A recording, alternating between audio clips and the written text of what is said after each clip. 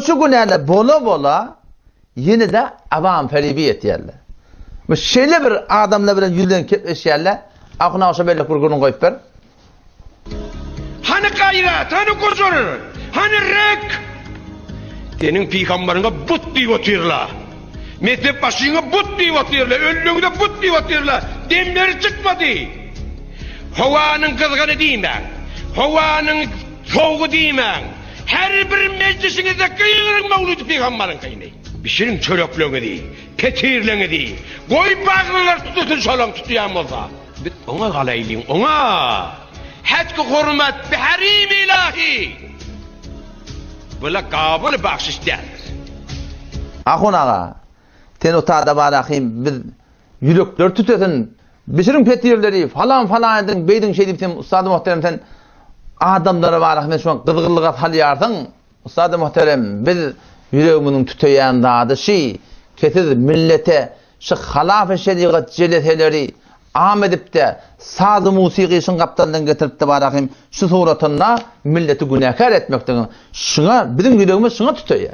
Yoktam tuğutun beriyensiz, yağını beriyensiz, halalıkem sadıda bir celetede 15 tane kadın idafe geliptir. Berge galiyansız, bizim yüreğimizin etiyen hazığını tutuyap batanak, o sen öz bergin ölün velersin. Ama olokan bizim yüreğimizi tutuyan daha değil. O şu ki, ketil şu halaf-ı şeriat dağıtları gelip de barakayım, şu suratında, mantığı Türkmen sarada barakayım, amedip ravac edip yer etmekten. O sen bana ne amatta kılım, Ustad-ı Muhterem? Avam feribiyet yerleri. Bilmeyen ten peygamberine bot deyiptirler. Kim peygamberi bot deyiptir aji? Bir Samsung meyre geliptir bir mantıqada bir kitap paylaştır. Ağa biz cemaat tebliğin adamdı. Biz ulema-i zahadanın adamlarından biz. Biz Hanefi mezhep biz. Bizim tamam şekilde tırgımız gördü. Bizim haydi bir ulema adamın ne oldu billah peygamberi bot deyiptir. Yalandan bir kefi yayladıptırlar. He bular peygamberi bot deyerler ne oldu billah. Ten gitti öz ahulluğunu gördün, öz moğluluğunu gördün. Bizim de ahulluğunu gördü, bizim de moğluluğunu gördü. Kim peygamberi mengdeşecek? Sizinkiler kemin diyen peygambere? Ya bizimkiler kemin diyen. Peygamberi bot deyiptir. Kim peygamberi bot deyiptir naud billah. Yalandan avam halibi etmeklik. Ya şu suratında budatlar etmeklik peygamber hetki hürmet be harimi ilahi debet ya. Oşu borum saz musiqi bilen, oşu borum haramdan ametmeklik bilen, oşu borum israfı tebzir edip de şu borum iyinin arasında şu halaf-ı şeriat ceden yon etmeklik. Ayaşı Allah Teala'nın şeriatı hetki hürmet mi? Ayaşı dinin şeriat maskul etmek mi etmek demiş. Ki haramdan milleti sokap hantama olmaklık. Hantama etmeklik, oşvarını düşündürmeklik Müslüman doğun. Şu zatlar var akıyım, katı bir insanla ahret etiyen. Şu taydan o da Müslüman doğun, öğürlep etiyen.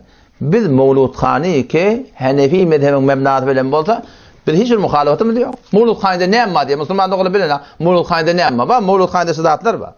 Şu yan görüp duran adam var değil mi? Mevludkhani deyip de Türkmen sana şu rava sürüp duran adla, şu yan kaydılan adla var, şu adla bola, yine şundan toğa pantamamamlıqlık Müslüman doğan mının sağlığına su deyip de barakayım, sağlığının idinden su deyip yörtmeklik. İdi nirek barar, idi adam helak eder da sağlığını ne görse uvam nem. Yani sağlığını Türkmen'de saraba değil ya da. Sen sarabın idinden su deyip de yört, ahir nirek barar. Sen tuğu yetecek değil. Sen şu celeselerden, şu yank edildiyen işle bilen kabat, soğa pantamamamlıqlık Müslüman doğan şu sağlığının idinden barakayım tuğu deyip yörtmeklik.